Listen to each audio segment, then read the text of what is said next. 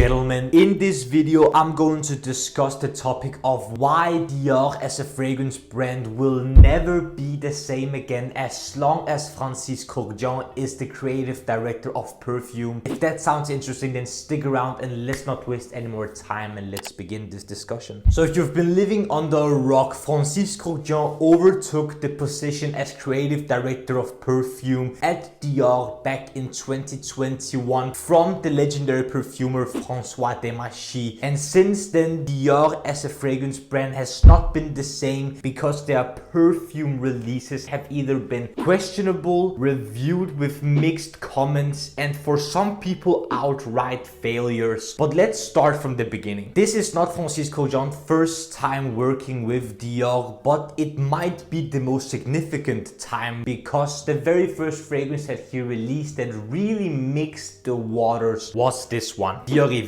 Dioriviera was the first fragrance under Francis Kurkdjian's time as creative director that really got people mixed and was thinking, why is he releasing this fragrance? Dioriviera is this very fresh, clean, soft fragrance with some green fig touches. I think it is super comfortable, very light, very soft, and very well fitted into La Collection Privée, which both has these very strong, dense, amber fragrances, but also fresh fragrances. And I think Dioriviera fits into that category of fragrances, these very light, soft, floral, fresh fragrances with some contrast hidden in there. But this fragrance got a lot of mixed reviews, and for some people it is an outright failure. You need to think about this way. Francis Kurkdjian is well renowned for his perfumery because he made fragrances like Le Mal for Jean-Paul Gaultier, Coucou Mademoiselle for Chanel, Elizabeth Arden Green Tea, his brand Maison Francis Kurkdjian, which I work for, so technically Francis Kurkdjian is my boss, and I could go on. So because such a huge name in the fragrance industry as such a well-renowned perfumer is working for such a prestigious and well-loved brand as Dior, this as a fragrance release for a lot of people was an outright failure. The next year he released New Look. New Look already was a fragrance in the Dior fragrance portfolio in La Collection Privée, but to celebrate his time as creative director, he wanted to embrace the new look of Dior as a fashion brand and make that into a fragrance of the modern times with Francis being in charge. So that's why he rebranded and remade Dior New Look. And this is so much a Francis Kurkdjian release because this smells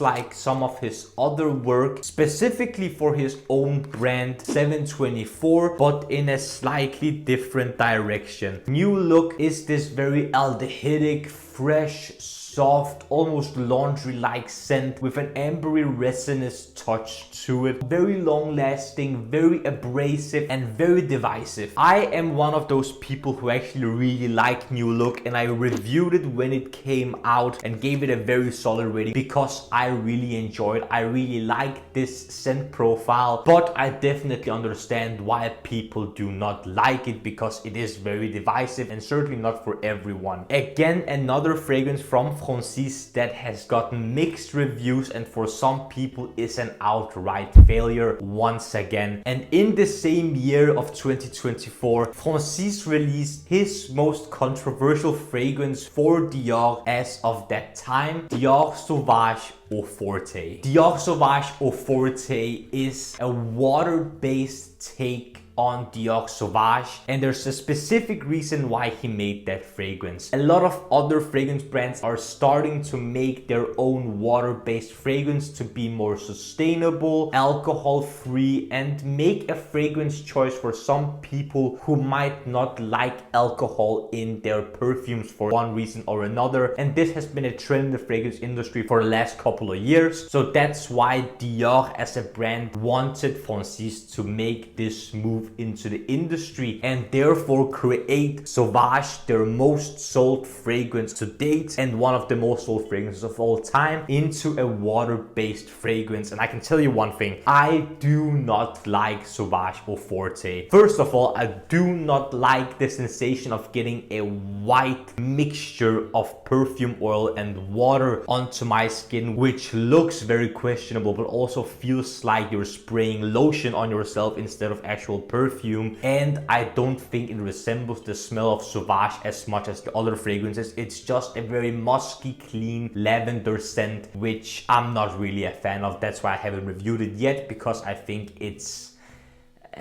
not really the best thing in the world in my opinion. But that fragrance was so controversial because people were starting to think, if they didn't think that already, what is Francis actually doing at Dior? Does he even get to say a word of what he wants to release, or is Dior telling him what to do and do his best with that brief? As being creative director, you of course are in charge of doing what you need to do for the brand. You decide what direction to take the brand into, but shareholders, the CEO, and people at the marketing team also have some things to say to you and tell you what direction you might want to go into, because Dior as a brand have things that they need to uphold to their investors, shareholders, hence why they need to perhaps follow trends, do some things that might be more mainstream and not as artisanal and creative, but still be in the mainstream limelight to get some of this revenue share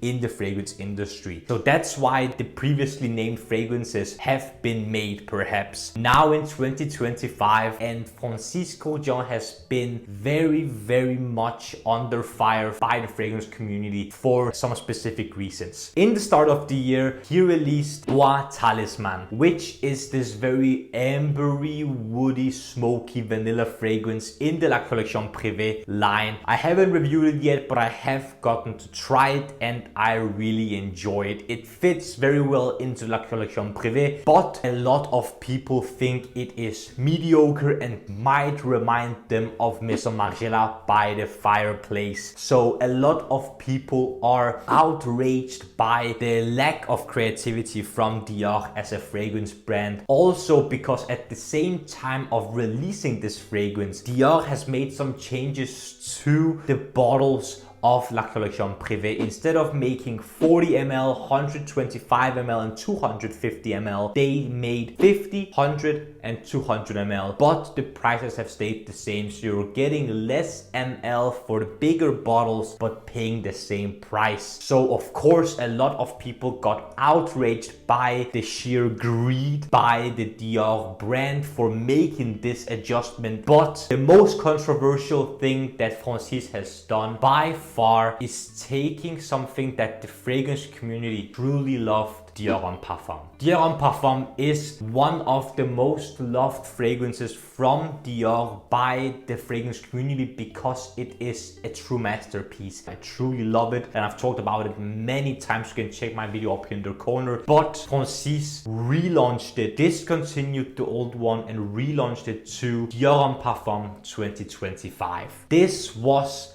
for some people, the biggest mistake that Francis has done so far. Don't get me wrong, Dior Homme Parfum 2025 is a very good smelling fragrance. It is a musky, ambery, woody, floral iris scent that has this powdery sensation, but it is not anywhere near the same fragrance and not anywhere near the same quality, you might say, for the price that you're paying. And why would you discontinue one of the most beloved fragrances by your fan base and completely replace with something completely different and something that is not well received by the community and your customer base? But there's a very good reason for it. The Dior Homme line, when released back in the early 2000s, was meant to resemble the modern man and how Dior wanted the modern man to smell. They wanted the modern man to smell very sophisticated, but at the same time flamboyant, different, unique, and to smell like something that they haven't smelled before. Hence the introduction of iris that wasn't really used in men's perfumery up until then. But as I told you previously, shareholders, investors, they want to see something that brings in the money, and I can imagine that they didn't see that the old Dior Homme line did the same as it did back when it released. Hence why we've seen changes like Dior Homme 2020, Dior Homme Parfum 2025 being more commercial, mainstream, and more easier to wear, because the vision of the modern man has changed. The modern man nowadays, by Dior standards, I can believe, is meant to smell more safe, more versatile, more appealing, and not as abrasive as the old time sakes Dior Homme line was meant to smell. So of course the changes has been made to not only match the trends and the market in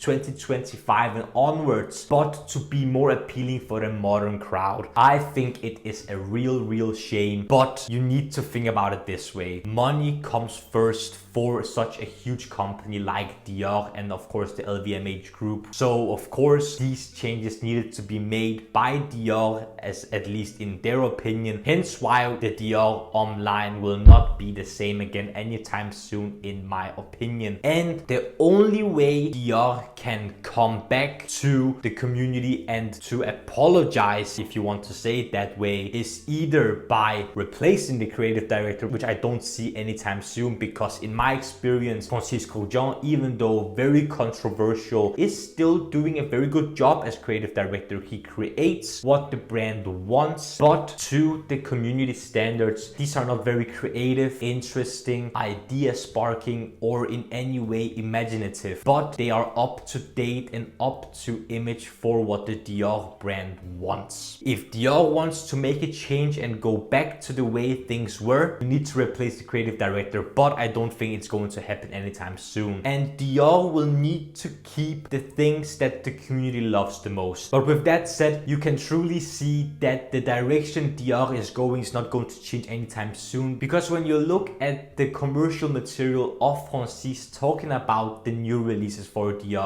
he is proud of what he's making. He likes to create the things that he does, or at least the marketing material makes it look that way. C'est mon arrivée chez Dior presque.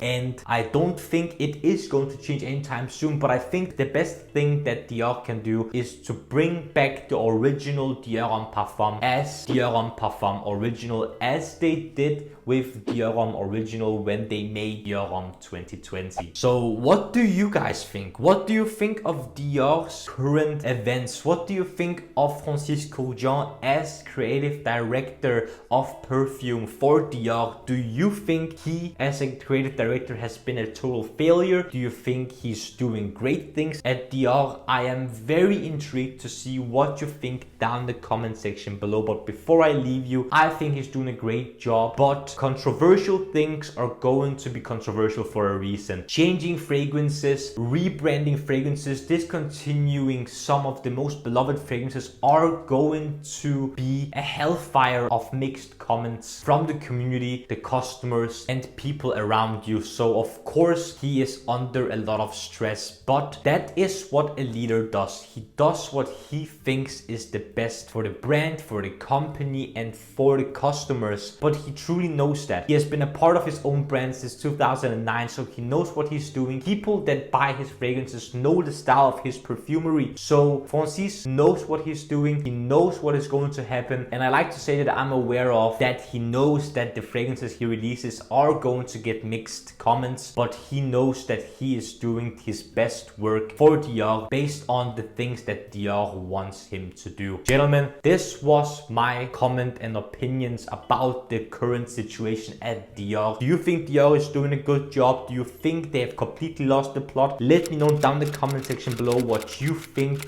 about the situation down in the comment section. And if you enjoyed this discussion video about Dior, don't forget to smash the like button and subscribe to the Men's Improvement YouTube channel for more more videos about fragrances, grooming, style, fashion, skincare, fitness, watches, everything that will make you gentlemen the best possible versions of yourselves. The last few things I want to ask you gentlemen is to smile more because it's free, and I want you to watch these two videos right here. This one here below is going to be my latest upload, whereas this one up here is going to be a video that the YouTube algorithm thinks you will enjoy.